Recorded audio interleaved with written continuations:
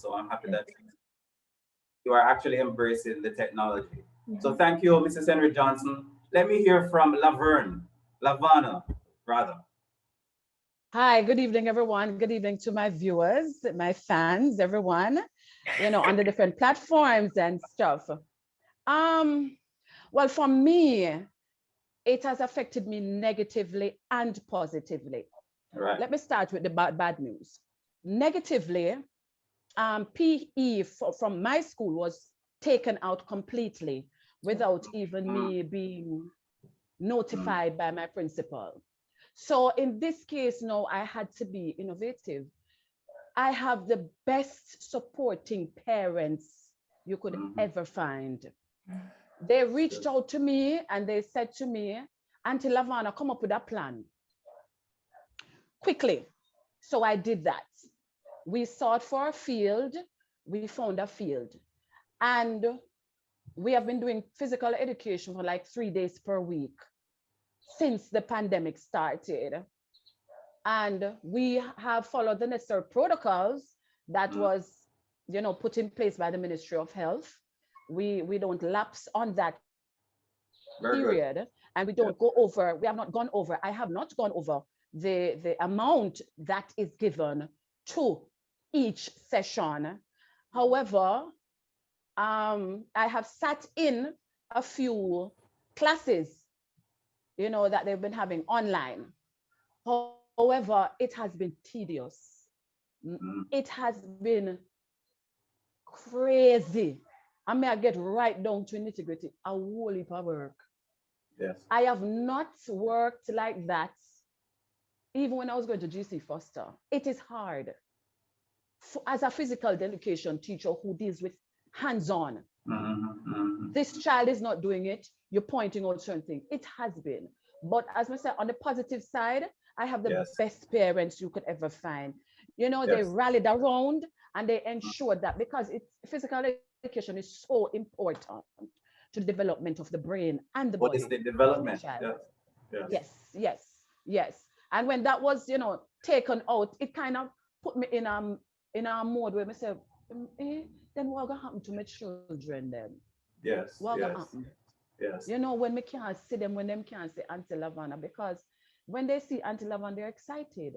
Yes. And that is the role of a teacher, to make the kids them excited for you. To Isn't learn. it?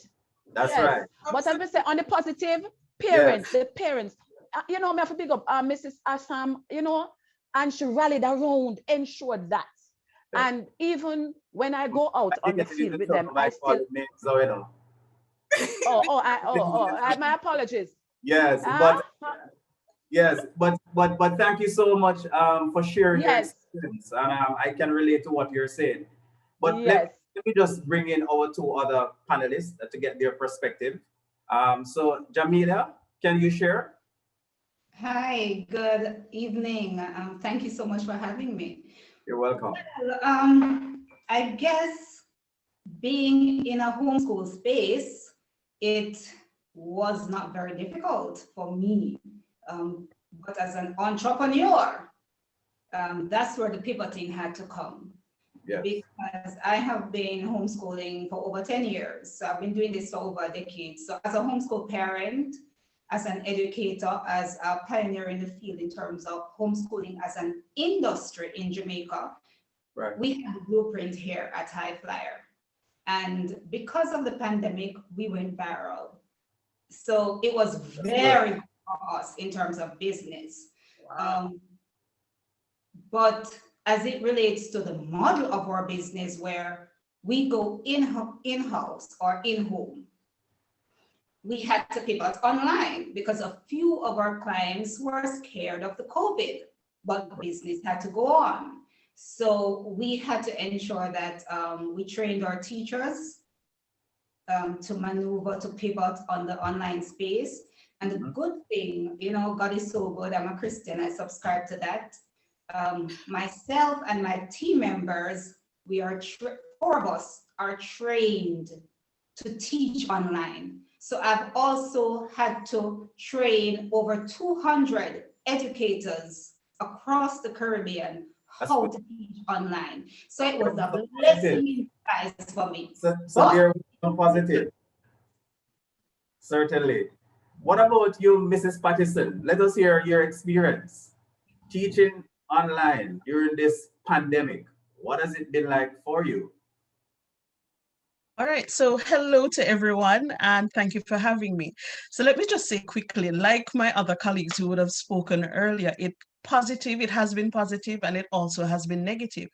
But let me just first say that it has pushed us as educators to, be more innovative and to be, creative. And I've had that experience. Let me start with the negatives. What I find, like my other panelists, is that a lot of times, because of some of the mandates that the education or the government would have had, then one, we're told, for example, students are not to be told to turn on their cameras. And so sometimes when it comes to classroom management, that is a big challenge. And so sometimes I'm talking to parents because, their cameras are not on. So 1 minute, a male student's voice may sound a little deeper than it was a class or two before, but I cannot insist that a camera is turned on. And so that is a challenge sometimes. But outside of that, too, what I find is that as an educator, not only am I now responsible for teaching the students, but I'm also having to engage the parents because I have spending a lot of time showing the parents how to navigate the devices. Persons would have thought that, oh, because I'm an IT teacher, it would be easy for me. Not at all. Because when it comes to the actual use of the platform, specifically the Google Classroom, now I had to train myself. And there's still a lot of aspects of that particular platform that could be more helpful, but it's not yet present. And so with that, it's also a handicap, as well as I mentioned, as I'm about to mention now, in terms of connectivity issues, internet challenges, both as educators and for the students. On the positive note, though, yes, absolutely. I was getting there. On a positive note, though, I find that it allows me to be a little bit more creative because one, when it comes to in terms of being able to see some additional things in terms of how my students express themselves online, when they write, when they return assignments, then it indicates to me some areas that I need to focus on outside of just the content of what I'm teaching. Outside of that too, I'm learning more about my students because education is so wide, it's so broad, it's so dynamic. And so when you engage with your students online, speaking, writing, expressions, all of that, you get to know them better, even on a personal level. And so you find that I'm able to, encourage, motivate, find out more about them. So it helps. And it has caused our team, in terms of the educators where I am, to be so much closer. So you get a better support system. So that those are some of the pluses that I would have to say, in terms of the. Thank you so much for sharing. There's just one follow-up question that I would want to ask though. Do you think you were adequately prepared for all of these changes? Maybe one of you could respond. I'll go in first to bat. I'll bat first.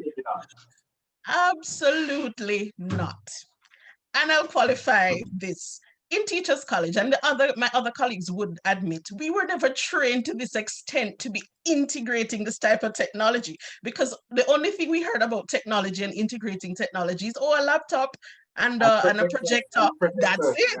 Nobody told us about this platform. And so absolutely not. I'll say that, absolutely not. Thank you so much, panelists. I appreciate your feedback and your perspective. So we're going to continue with the dialogue as we look at how COVID has impacted our education system. Okay, so thank you very much, Trevor, my very eloquent panelists. So my research looks at student engagement. So I'm very keen in, following up some of the comments that were made, particularly around Mrs. Patterson, who I affectionately call Shawnee, because we went to sixth form together, and I actually lived with her for a few months. It's amazing how life comes full circle, right? I'm keen to find out, as a facilitator of learning, we're aware that student engagement is an integral part of their of our teaching methods, and also for their own motivation and buying into what you're teaching them. And I heard you, Lavana, that you took the children out on the field and you made them exercise to stimulate their brain. But I want to find out, have you ever noticed any changes in the students' engagement? So I've heard you mention some difficulty in terms of, parents doing the test for the students, but overall, what are the changes in students' engagement? And I'll just throw this open to anyone who wants to start first. Well, for me and my children, the change is adapting to the pandemic. Because they're told, wear your mask, sanitize. So this fear of coming out was one of the changes in my children. However, because of my experience, with, quelling fear and having creativity, the creative aspect of it got them out of that fear. Because knowing that, and I don't want to be self-centered, but I know my work, that, okay, Auntie Lavana has our best interest at heart. So the trust comes in. So when you change up your method of teaching in the pandemic here with me on the outside, I tell them that you're safer here. The space is wider here. So there's nothing for you to be worried about. All I need you to do, because with my kids, I cannot have them in their mask every day or a shield. All I tell them is that remember the protocol, 6 feet, we don't touch, we don't push, we don't, you tell them the basics of what, the protocols are. And once the trust factor comes in, everything runs smooth. So that was the only, problem I had with them. And my kids, they sanitize until all them skin color change. Oh Lord, I remember that when you they sanitize, and I ensure that I have a big gallon bottle every single time I go to that. And we mix up what you put in there. Yes, the old time days. And what I do too is to ensure, and I tell you, my parents are there with me for the hour every single day. If they will drop them off, and some of them will just stay and join the class. And that is what we needed in this pandemic, the support of the parents. Yes. All right. Yes. So that was the only change I had. Yeah. Thank you very much for that, Lavana. And it was brought to my attention because I'd muted my mic, then some people who were listening probably wouldn't have heard. Now that I've unmuted, you should be hearing much clearer now. So my apologies, and we'll keep the ball rolling. Okay, so Showy, Mrs. Patterson, what's your experience with engaging your students?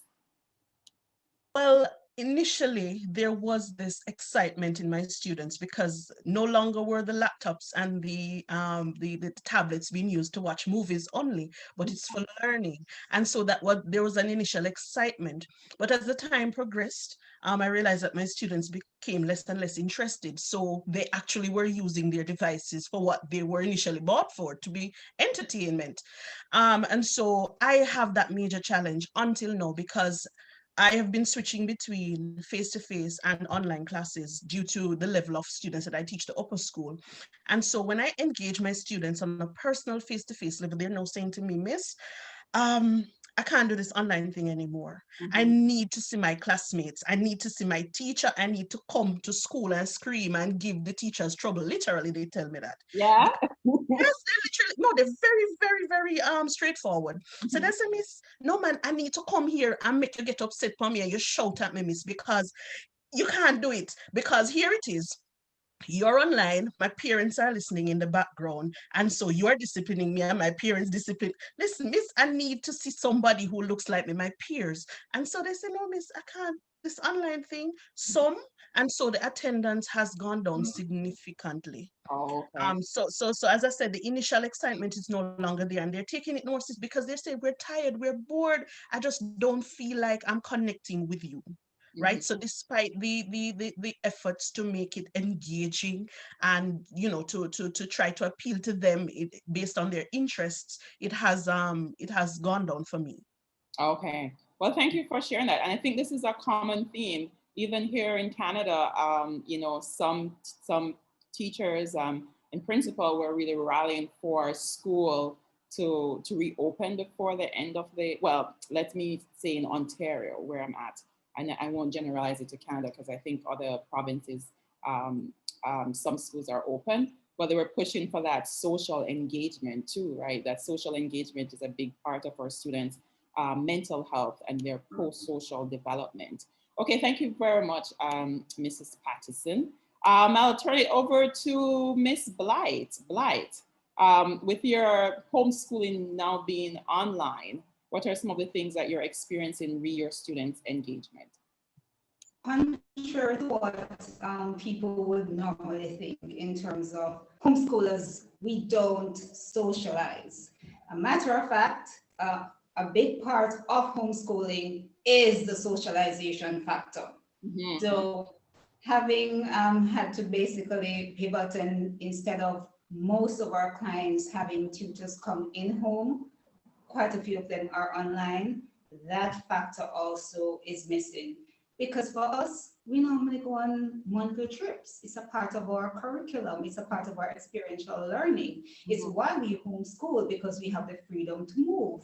Mm-hmm. So engagement is there, but contrary to what people think, we don't socialize. That's the part we're missing. Mm-hmm. And I'm sure a part of that socialization is building strong relationships too among homeschoolers. Absolutely. You can't homeschool without support. That's number one. Mm-hmm. And a part of me is happy that the world is getting a little bit of what homeschoolers taste. But this is kind of different in the fact that we don't do everything at home, but learning is really centered around the home and the family.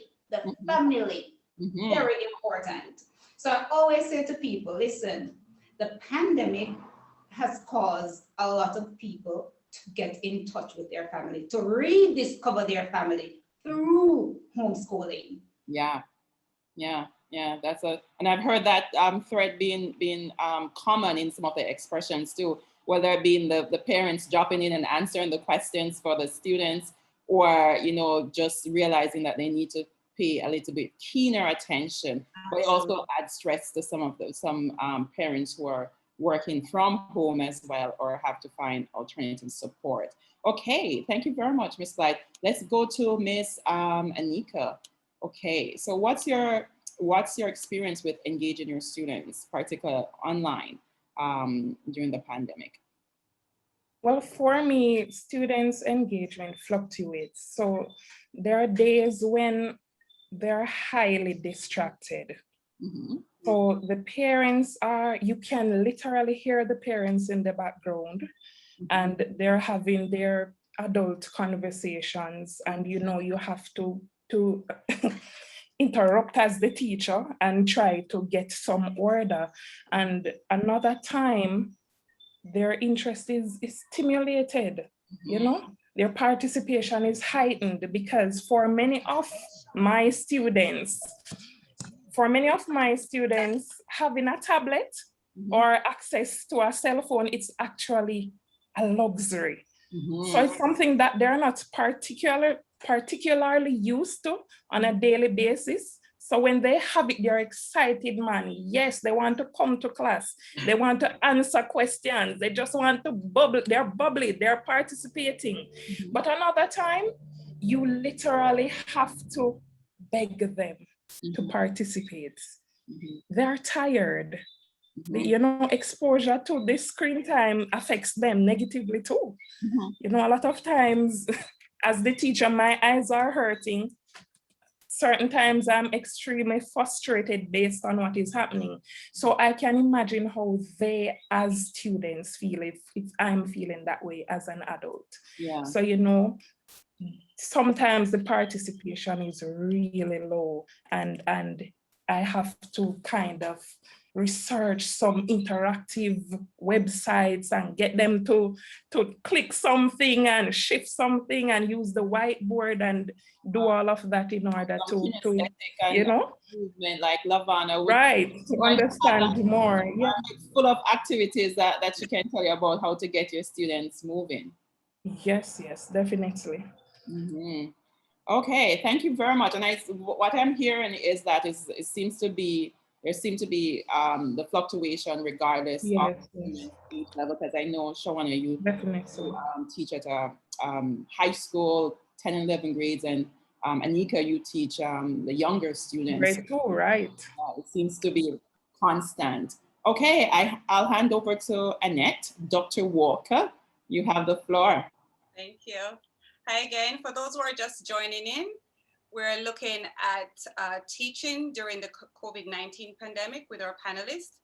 And so I'm just going to continue with a question. And I noticed in our discussion here now that there's a collective response with respect to, you know, this frustration perhaps, or this ongoing thinking about your students' needs. And you know, Trevor, myself, we both work together at a school. Shawnee as well taught at an inner city high school in Jamaica. So we're all former teachers.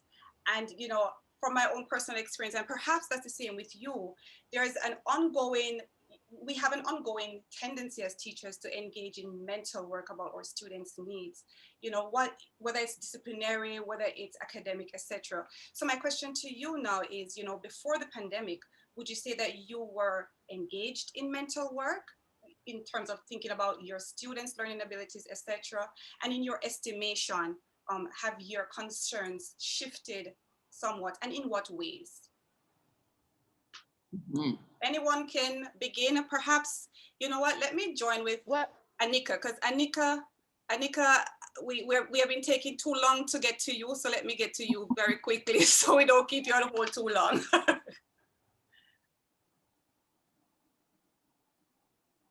Okay, so I must start off by saying that it is my responsibility as a teacher to always prioritize my students and differentiate my instruction to suit the learners that are placed in my class. Their learning abilities have always been at the forefront of my planning and my lesson execution, and it continues to be so. So I think in a nutshell, that answers the question. So I was engaged in mental work before, but now it has been heightened. Thank you. Go my teacher. I have liked and Shoana, who I lived with. So please don't show any favoritism. All right, that's so very political, but we won't. Lavana, and then we're just going to do it like this. I'm going to go to Lavana now, then Blythe, and then Shauna, you will answer last, okay? So we don't. Go ahead, Lavana. Thank you, Doc. Thank you, Doc. Well, for me, it's my number one priority, because when you can't see a child doing what is given, it causes a mental problem, because you're going to think, where's that child? How are you going to fix that thing? Online, as I told you earlier, I sat in a few of these sessions. Physically, what I can do when I have them physically is that, okay, Tom is not doing it. I can take him aside and say, this is how it is done. Online, it just cannot. You cannot. So what I do, as I said earlier, is that I would find little videos, you know, here and there, and say, okay, this is for you. Go through this, and then you will see it. And then that is where we can get them into it, and it won't affect us. So, you know, we won't get crazy thinking that, okay, he's not doing this, she's not doing that, and they are not doing it. Separate and apart from when you have them hands-on.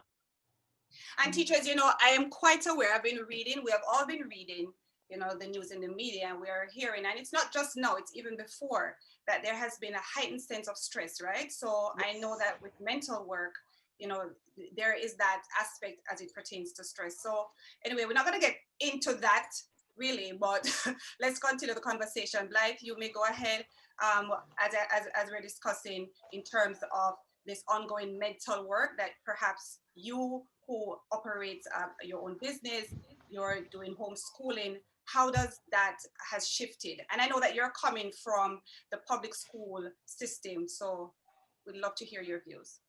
Well, as it went right, I had to sigh. Listen, I'm wearing this T-shirt for a reason. Wife, mother, wife, mom, teacher. Oh, wow. Mm. When you have to, you go. when you have to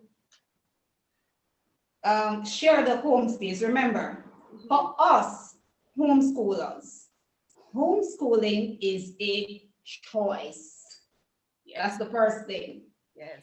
So it means that you would have had to mentally prepare yourself, your family, your support team, also the children. Yeah. When you hear a child being asked to homeschool, it's different from when a child is just yanked from the system and thrown and thrusted into that because of the pandemic homeschooling, which is very different from homeschooling. So I remember having to give a talk on homeschooling and mental health because there are two segments. We have homeschoolers, which that's our choice. And we have pandemic homeschoolers. And the mental state, they're very different. Very different. Mm-hmm. Wow. So, Blythe, okay, we'll leave that for another time. Shauna, let's hear your views. I know that you're at the upper year, and during this time, there has been a lot of conversation around students' performance, and we know that this is very key. You're teaching a set of students who will be sitting for their CSEC exams, right? And in this preparation mode, you have to be constantly thinking about perhaps their SBAs and what you can do to ensure that all your students are engaged and their performance, they're working at a particular standard. Can you tell us some of the mental work that you're actually going through now as a teacher? All right, so big task. Oh, Again, wow. like my other panelists, yes, as an educator, you have to be able to do that type of mental work and consider where your students are in terms of how they learn, audiovisual, tactile learners. Here's a challenge that I specifically have. My students are not CSEC students. I teach the technical students vocation. And so if you have knowledge of vocation, you know that it is very hands-on and practical. And so to engage them online and you're not necessarily seeing them face to face, it's a major challenge. So you have Tom in the corner who is audio and visual learner, it's fine. But that person who actually needs to be doing his or her practical and you're not there to actually monitor step by step. Now I have to extend my training and learning plan where I have to say, okay, do a video of this particular activity and send it to me. No, here's where it gets even more tricky. When you have the exam crunch, like we do now. So like the students who are having challenges with preparing for their CSEC and doing SBAs, we also have the exam crunch where as much as you'd always like to keep it exciting, and if you teach technical and vocational education and it's practical, you kind of have to cut down the practical to get them to cover the syllabus and to cover the material in a shorter time. So it is a big challenge. So you have to be changing it up. So what I have to do now, I've had to do now is to group the information and the activities to the extent where even though I may know that I have 10 students, for example, who are more visual learners, I have to try to get them to learn from something auditory or something that they can hear. I have to immerse them into the practical. So I have to do that for everybody to ensure that we can get along. So outside of me just teaching online, like say for example, I would be on the laptop now teaching. I have to be on WhatsApp with another set because they don't have internet challenges. I have to be recording my voice for the others who are not able to come online because there are certain data plans that cannot handle the video, and it cuts out their data. So I have all of that to do and to also consider the mental work. So it's a lot of planning.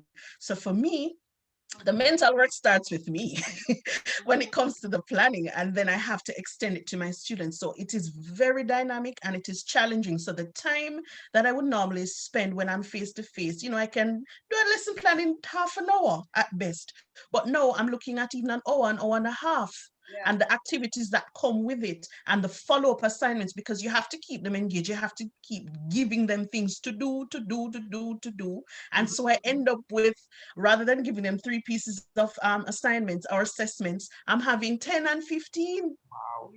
Yes. Wow. And so because everybody's learning style is different, I have to be going through all those 10 and 15. And so the tactile learners or the visual learners, some of the grades may be different, and I have to be giving them additional activities to bring them up to that standard and level. So a lot of mental work. Okay.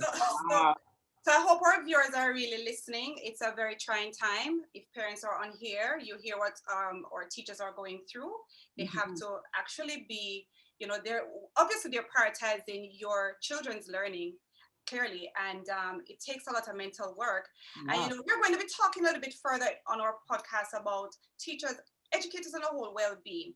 But we're now going to go to my esteemed friend. Before we go to Mr. Cole's, I do have one of our attendees who had a question of our panelists. So we want to involve the attendee's voice. So they want to know if you have any experience teaching special education students online. So add to, the challenges of teaching what is described in the literature as neurotypical students, like for students who may have development challenges. And we do know that a lot of our students are not tested, so we don't really know what their special needs are. So what have been your experience teaching, if any, students with special needs online? Well, for me, it's not online for me, it's physical for me. I had 2 boys, and it has taken me to a different mentality when dealing with them. They ask for that special one-on-one. So even when they come with the group, because what I do, I don't know if this answers it, is they will integrate with the group, and I will then go to their houses too. But I get the attention from them because of how creative I am. So as it relates to the special needs child, there was not any problem apart from getting them the one-on-one. They always seek one-on-one attention as it relates to me. I hope that answers the question on my part as a PE teacher. Anyone else wants to respond? Well, we homeschool, and I currently teach a grade 1 student who has a special needs. He is, we say differently abled. He is on the spectrum. And one of the things that I found, really, he's used to being homeschooled. So he's used to having someone face-to-face. But transitioning online, you have to be very, very creative. So even though we are creative and we engage him with different games and different softwares, when he gets used to it, that's it. So what I had to do, I had to go in home to facilitate him 2 days of the week to ensure that he stayed on top of things. And he's doing very well. But again, when he gets used to the online strategies, because of his needs, the mother was getting frustrated. She would break down. And I said to her, listen, I'm here for you. So this is what I'm going to do. We're not going to do every day online. I'll come to you 2 days in home, and then we had to do that back and forth as it really needed, as it was needed for him to ensure that he stayed on task, because he's in grade 1. He was not reading. In January, he wasn't reading. And now he is at the grade 1 level. because of that strategy. And to top it off, in Jamaica, we have a book called Reggae Readers. It's not here with me. So it has stories for each term, and each term, that's 3 months, right? 3 months for one term, 3 months for another term, 3 months for another term. He was able to read one book in one term. So term 1 story, term 2 stories, term 3 stories, we're done in one term. That's awesome. We need to discuss some of those strategies offline, some free advice for me, because I work with students with learning challenges as well. So we can speak further, Blythe. Thank you for sharing that. All right, so we're continuing with the conversation. Very, very interesting. There are some words that I keep hearing: creativity, adaptability, because these are common things that our teachers have to do. And I think that it is important that we make reference to the hard work of the teachers during this difficult time. Yes. Jamaican teachers are hardworking teachers, creative teachers, dedicated teachers. They only need the support and the resources to do, remarkable things. They are doing remarkable things, but can you imagine if more resources are pumped into the system to help our teachers? And so that's where I want to take the conversation now. We want to talk a little bit about resources, and in terms of what we have, what we don't have, and what we would need to really make our jobs even better. So we know that the Ministry of Education has really tried to ensure that priority is given to schools to support teaching and learning. But some of our schools still grapple with the challenges of working without the requisite resources. As an active educational practitioner, and you are too, we are aware of these issues. So my question really is, what are some of the resources you require, especially during this time, that will support you in the delivering of the curriculum and to ensure that all our children achieve? And I think that's our ultimate goal. So what are some of the resources required to help to support you in this activity? Let me start with Mrs. Patterson. I was about to go in before you called me because I was actually. All right. So let me say, let me first say that whenever we talk about resources, there's this tendency to think that is just physical resources. I'll say, first off, that there needs to be greater resources in terms of psychosocial support resources for educators. Right now, we see where a lot of the attention is on the students. The students need to do this, and the teachers need to be teachers. Teachers need to be who cares for the caregiver.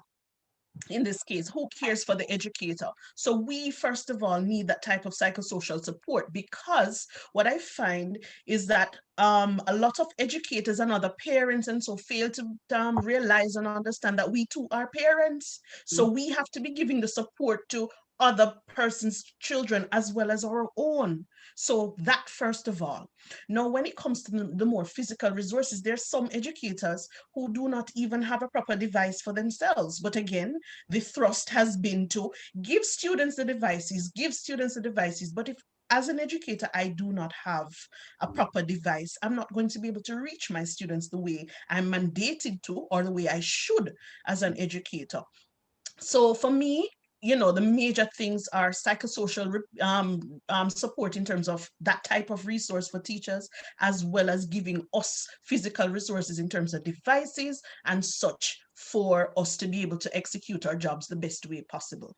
And I see Shireen in the audience agreeing with you. Wow. Shireen. Wow. Good. So let us hear from Mrs. Henry Johnson. Talk about resources, what is required, what do we need? And remember, he's your principal, but you have to be so honest now. I know, believe yes, me. please. I am the honest. I'll make the list, Annika. Talk the things them. Don't get timid. Don't get timid. Oh, first, your job is safe. First off, let me say I agree with Miss Patterson wholeheartedly. But since she mentioned that psychosocial aspect of it, I'm going to touch the physical part. So the most obvious one is that a lot of our students are in need of devices, right? Some of them, they have been given devices by the school, by the ministry, by different persons who are trying to, help out. But I find that although they have the device, they're still unable to come to class. Why is this so? Because they do not have access to Wi-Fi. So if it was that the tablets were actually SIM card enabled and data was added to those SIM cards, the students would be present, right? Remember that a lot of our students are living in remote areas. Sometimes there are students who have no electricity, right? So just giving them a tablet doesn't prove to be enough. What else can we do? In addition to that, the whole platform has changed. We're no longer at school. We're doing everything online now.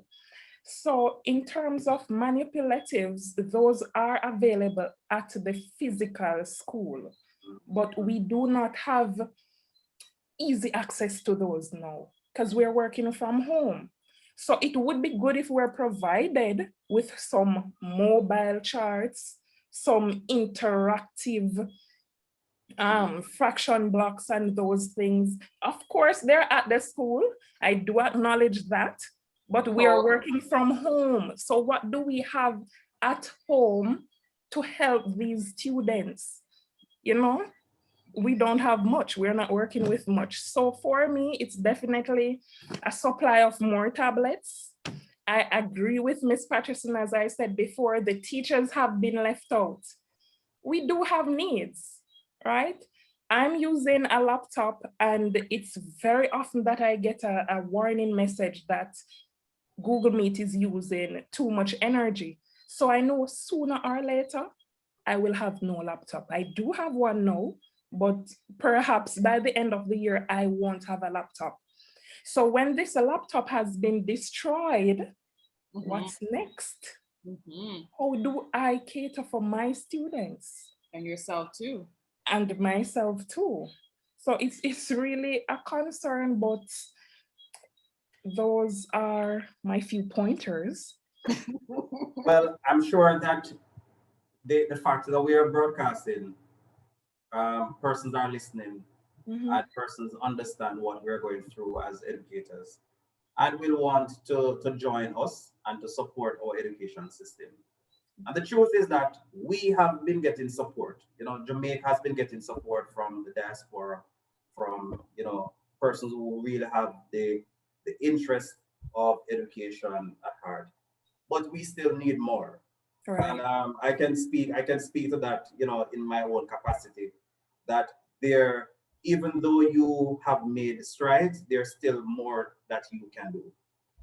So we're putting these thoughts out there because we are interested in moving the education system forward to make it better for our children. So thank you so much for sharing. Lavana, you want to speak a little about resources in terms of physical education? Sure. And so on? For me, it's psychological. Yeah. Listen, the teachers are left, as as my colleague said, just out there to fend for themselves psychologically.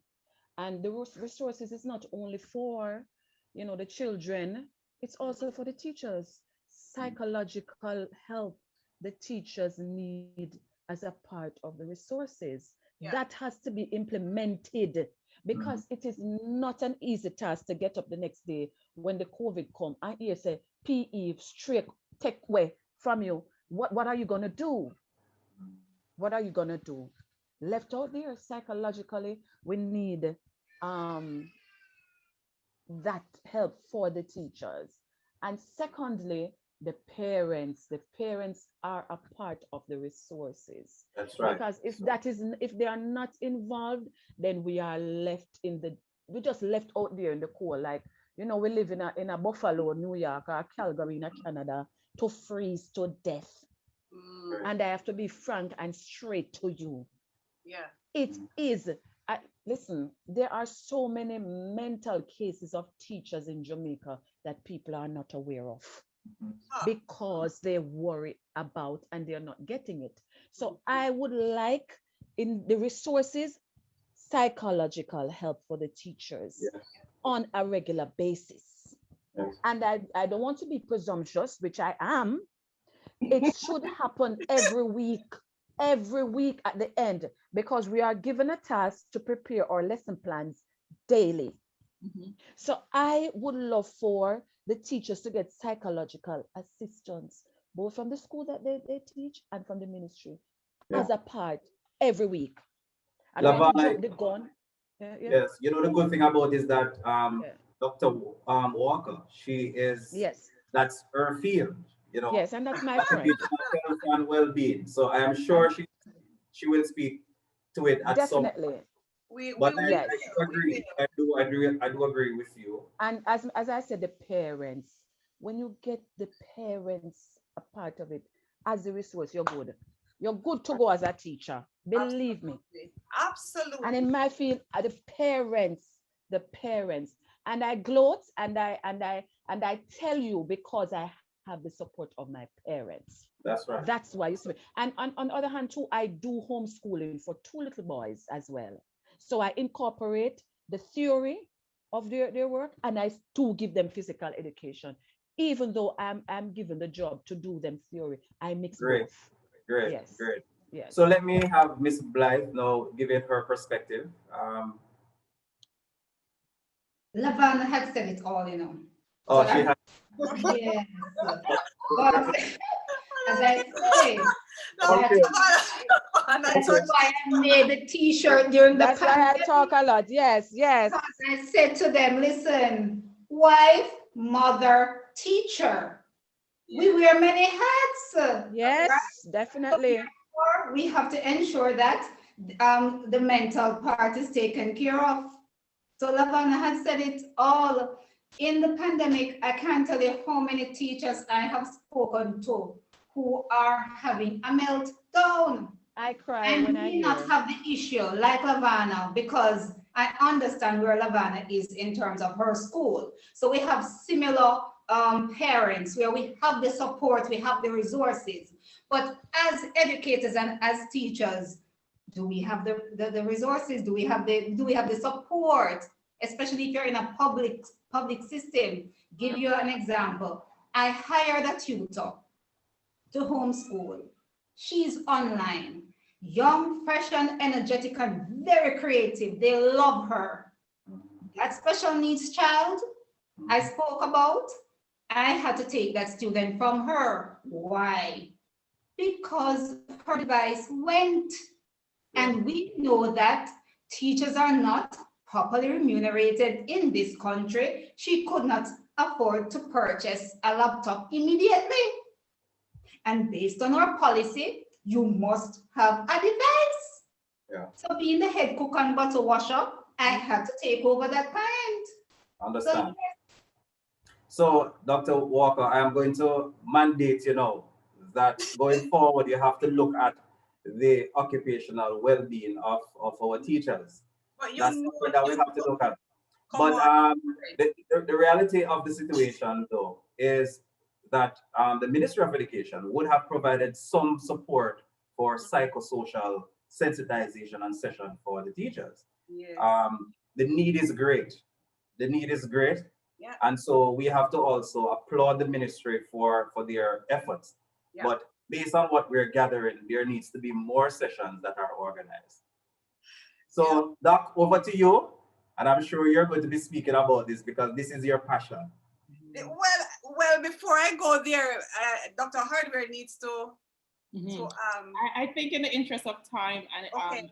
We can go to you. And all right. So I'm just gonna continue on. So yes, that's my core area. My friend, my friend for more than a decade, very close friend, Principal Trevor Cole, just highlighted as much. You know, I really, personally, I'm not shy to say that as a young teacher, then I experienced a lot of, I suffered from anxiety. It's nothing that I hide. My colleagues on here know. And I don't have a problem hiding because I know that there's a stigma around mental health. But as a younger teacher, I used to have this anxiety when I just started out. So I can just imagine teachers who, especially perhaps those who are in their later career, who were not even accustomed to all this type of, you know, use of technology and all these kinds of things, the anxiety that may have set in now, and just trying to see how you can adapt and learn to new things. And so I think this is very crucial. My core area I look at is school leaders, but we know that educators on the whole are experiencing this kind of thing. And so this area in terms of mental health support is really, really important. My question though is, and I'm gonna read another thing that we all three of us actually looked at an article in the Gleaner. And we have looked at also research, and we have read research documenting the stress affiliated with the noble role as a teacher. Dr. Shoana Haynes-Brown, Carol Hardett-Gentles, and Charlene Cole of the School of Education, UWI, they suggested this, and this is a quote: as teachers navigate this paradigm shift, they need to be equipped with more than just professional knowledge needed to teach in new ways. Teachers need psychological support on 3 levels: at the level of the Ministry of Education, at the school level, and on an individual level. So, I mean, I don't even have to ask. I am sure that all of you are in agreement. That would have been my question. Do you agree with their recommendation, and why? And perhaps, not perhaps, I'm certain we have heard it here, where some of you have hinted at, you have made suggestion too. Mrs. Patterson highlighted as much. Lavana stressed that too, and others in their own way. So, you know, you don't need to provide that personal experience, right? But I feel that it would be good for you to speak in general, just to help others out there who are perhaps going through something, you know? So do you agree with these recommendations? Definitely, I agree with you, Doc.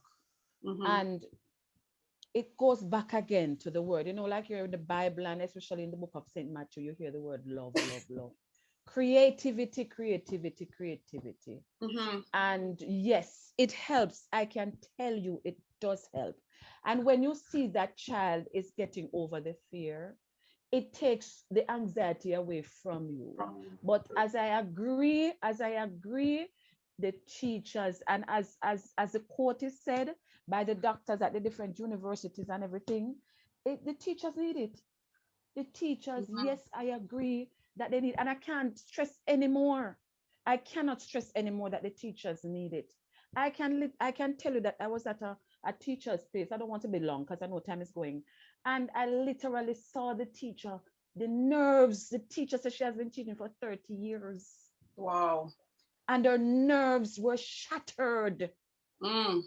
She went to get her retirement, her pension, at you know, a specific organization that, you know, it is taken out of her pay every month to pay, and she went there to get it. And I tell you, I had to assist. And when she told me she has been in the teaching for 30 years, and the lady has shake like leaf off a tree.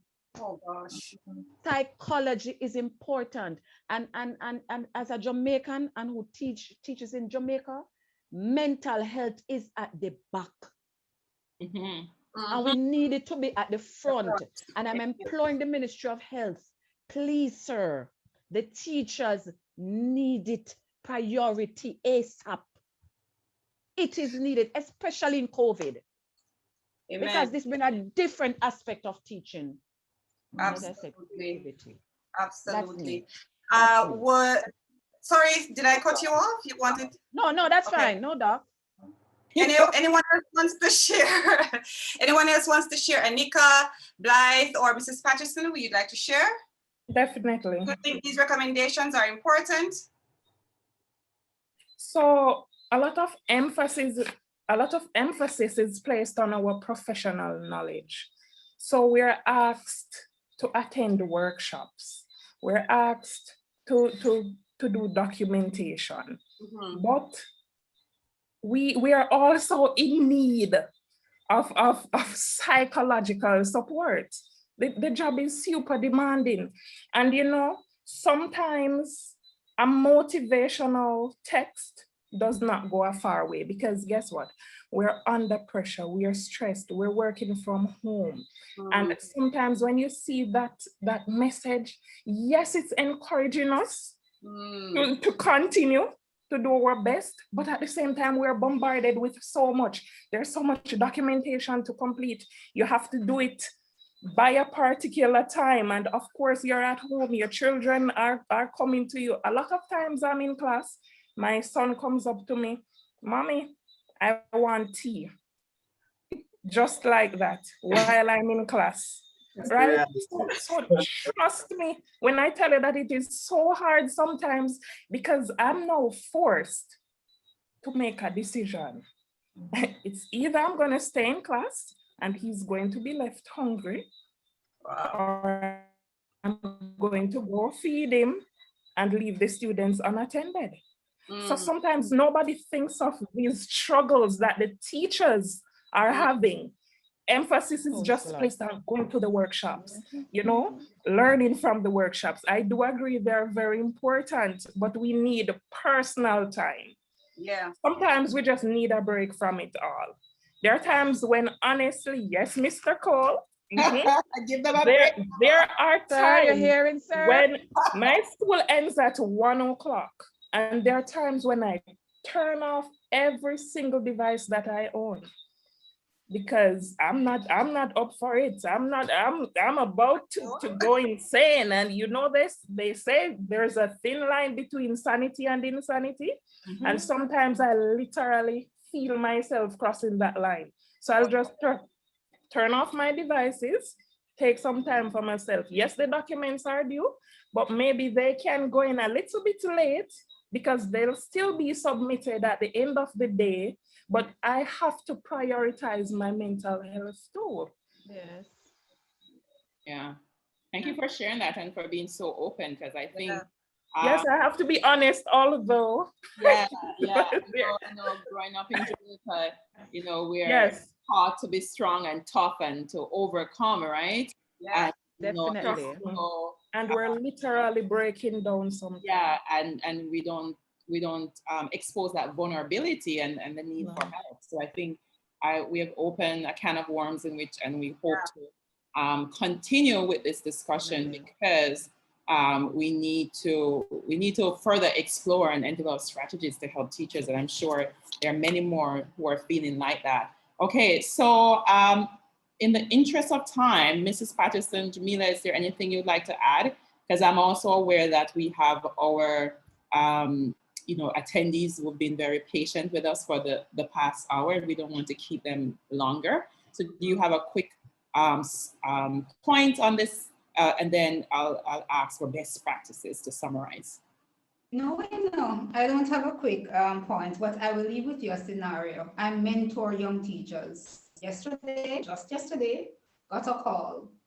Young lady wasn't feeling well. She took, I think, probably 2 days off.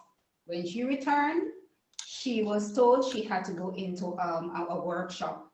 Nobody asked her about her mental state, and she actually called and she was crying.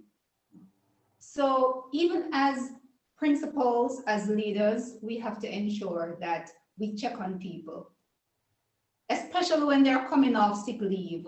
You know, why would you, as a leader, throw someone who is coming off sick leave in a workshop? I'll leave that scenario. Yeah.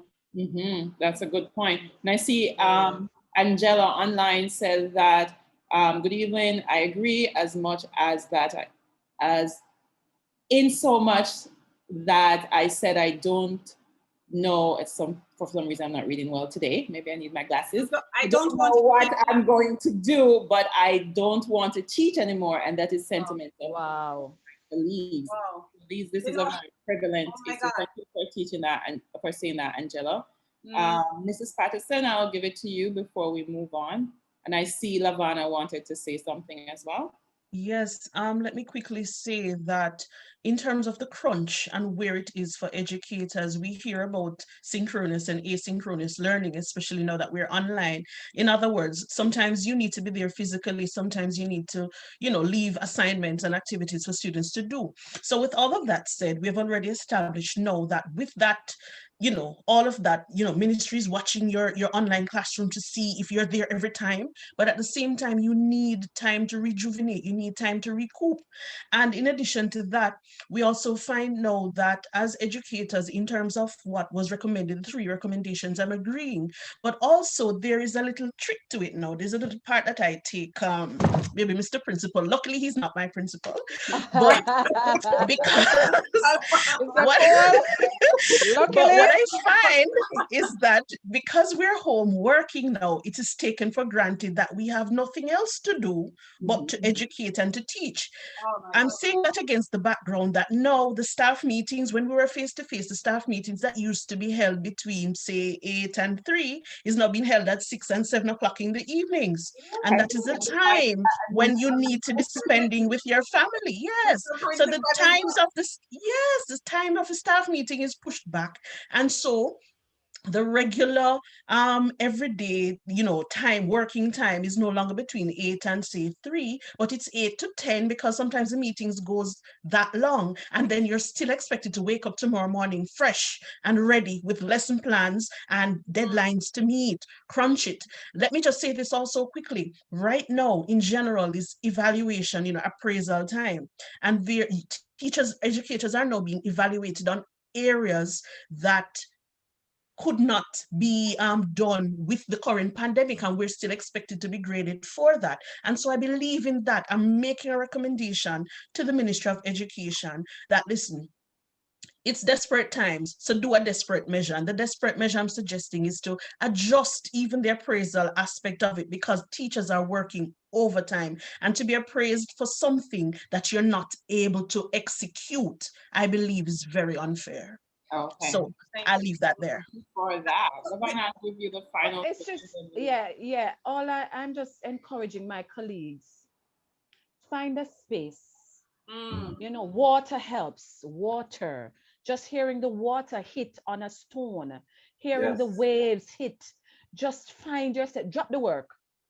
I am Mr. Cole, please. I'm not encouraging and I'm not inciting anything, sir. But it works for me, and that's the advice I can give to my colleagues, because I hear your pain. I want to cry for you, because as I said, I have the most supportive parents you could ever find. That's why I am so passionate, and that's why in this pandemic I still have a job, and I can extend, and I can also tell you that I do personal training too. So God has given me my purpose, and my colleagues will have to know favor from education, favor and our purpose. We have to know how to ignite them something there. But I'm just giving you this. Find a beach. I don't want to jump off, but just listen to the waves hitting on the stone. My spot, I live in Spanish Town, but I'll go to Kingston, and I will go on the Palisados, that beachfront that was made naturally. And I can tell you, sometimes when it is so overwhelmed, I just go there and start bawl out, and then I just relax, and I just hear the water hit on the stone. It helps. Believe me, it helps. Yeah. Sorry. This is good stuff. Good stuff. Find it. Yeah, man. Mandeville have a nice look at beach for us. Look at water, something. Go there and just lie down. Put some hot water in one bucket with little salt, and just wash off your body in your bathroom if you don't want to leave. I love you. It helps. It helps people. And if you find like you want to have a change in your features, cut off your ear. Yeah. Put your glasses. Put up yourself. Put a little makeup and go on. Yeah, right next up. Right. It works. Okay. Believe me. But as I said, the teachers need that psychological help every week. Minister of Education, Sir Tufton, if you're logged in, I am asking you, sir, please. We hope he's logged in, and I hope he's logged in. I think what is going to happen, we as a team, Trevor and Shawnee, myself, we have created a little list of topics that we'd like to address. But you know what? I feel like where this is veering off into, we'll have to mental health. We have to think about mental health for our next topic. You know, it's really needed. We know that mental. Okay, I think we're losing Annette a little bit, but right. I think what she wanted to say is that we have to focus on mental health, since it's a priority that is not really, and it's not really discussed as much given our you know, culture and the stereotypes around mental health and those type of stuff. But as we wrap up, and I see panelists or attendees are also commenting, I would like us to leave, not necessarily on a positive note, but to leave recommendations for the other people who are listening. It could be, I know Lavana, you talked about getting your hot water and wash up. Well, you didn't say it that way, but that's, I'm paraphrasing, to relax. Just pour that water on your head and you're good. With a little Epsom salt. And to cut off your hair, join the cut off hair. What are the recommendations then you would give for teachers based on your own personal experiences, how to survive this during this time? Someone is saying morning affirmation. That's Simone M. Thank you for that. Well, I'll hand it over to you, Lavana, and then Annika, Jamellia, and Mrs. Patterson, Shoana. Just be there. Just be there for someone. We don't know who is suffering. I have the greatest friends. I have the best teachers. You don't know. A person will be living with a spouse and they might have problem. And as the headmaster or the headmistress, have you ever tapped in? How is your life? Can they trust you? Have your colleagues and your employees trust you? Mm-hmm. So that they can come to you. Have good friends that when you want to talk, you just talk and then not watch nothing. You just blurt out everything when in your belly. But I am one with my friends, and at the same time, God is at the forefront of mine. I go down on my knees and I say, God, take it. And then I assure myself that, yes, this too shall pass, and I will believe that it will pass because it was God who said that. That's right. Okay. Thank you very much, Havana. I said Annika next. Thank you for that word. Annika? Okay, so I can't directly say because there's not a method that will work for everybody. What works for me might not particularly work for you. Mm-hmm. It's not a one hat fits all method. So whatever is working for you, continue to do that. Share it with your colleagues because we're in this thing together. At the end of the day, we have each other. At the same time, I would advise my colleagues who are listening to just drop everything sometimes. You know, this is a recipe for madness if you let it get to you, right? So sometimes you just have to turn off your phone, turn your laptop off. Forget about all there is to do for a moment. You can pick it up later. You can always do it at a later time. But guess what? If you should faint, if you should just pass out and die, just remember that somebody is going to take your job tomorrow morning. Somebody is waiting to take your job. So take care of yourself first. Do whatever it takes, right? We are the cup. And yes, we have the milk, but when all is pulled from us, when everybody comes to that cup and everybody is sucking away, that's the end of us. So take care of yourself first and do whatever works for you. Yes.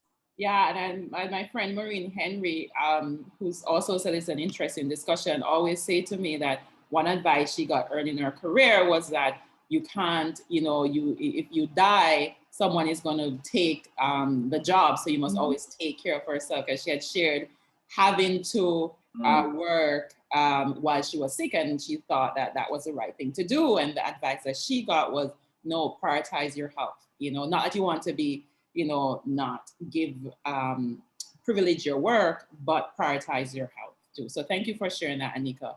I'll go to Blythe and then Mrs. Patterson to close us off. Lavana, I like you. Hi, I'm just being me, this is just me. Dr. Annette can tell you it's just me. And that's just me. Port Royal is my spot. Listen, when I am overwhelmed, straight to Port Royal, walk and pick up stones, watch, just look at everything and everyone. So as somebody said, not everything that works for one will work for everybody. My sister is also an educator. She is a lecturer, and she also has a position there. What she does, I'm not the type who wants to go out with other people. I prefer going to the beach. Every Friday night, she plays Monopoly with the neighbors. If she has to mark, every Friday night she plays Monopoly. That's her thing. That's the way she did these stresses, right? So you have to find something for you. For Lavan and myself, drive out. Right out there. Okay, Mrs. Patterson. I need to invite me out there one day. Of course, you're welcome. Yes. All right. So I've heard my colleagues, but good for me, I have something, a recommendation that will work for everybody. Just breathe. Meditation, just breathe. Sometimes we become so stressed that we do not even realize that we're not even breathing properly. Blood pressure goes up, stress levels go up, anxiety increases. Just breathe. Meditation, in terms of focusing on your breathing, focusing on your sensibilities, focusing on where you are and taking a moment to breathe. That works for everybody. And whilst meditating, of course, prayer is always important. So breathe, folks, because believe me, even if you don't know an app on your phone, that for example, Headspace, let me just say that. That's what I'm using, Headspace. That it helps you, it focuses on breathing. Then that is something that everybody must do in order to survive. So that is my recommendation. And I'll say finally, read the Desiderata. It is a poem there that grounds you. It has grounded me. Maybe it won't for you, but this, I'll say, maybe it will work for me. It won't work for everybody else, but the Desiderata. Do read it because it's eye-opening. And just remember, we will get through this because we're in it together. So we'll get through it together. That's right. All right. Well said, everyone. Well said. And I see Rory was saying earlier that meditation, exercise, and me time are absolutely important. Simone echoed your sentiment that we need to pray. Thank you very much for our active attendees who are here. All right. So lovely people, that's it for today. Our teachers have spoken. We're looking forward to having further conversations with them, particularly around strategies for mental health. Before we go this evening, I think it's imperative that we not only talk about issues and challenges that teachers are facing. So I thank the teachers for making these recommendations. And I thank you for your participation on the podcast. We also want to thank the listeners who might be on Facebook, who will be posting or recording on YouTube as well. And we look forward to your feedback. We have some very interesting topics planned, first of which would be, as we said, exploring mental health, but also giving teachers a voice and other educators so they can inform educational policies.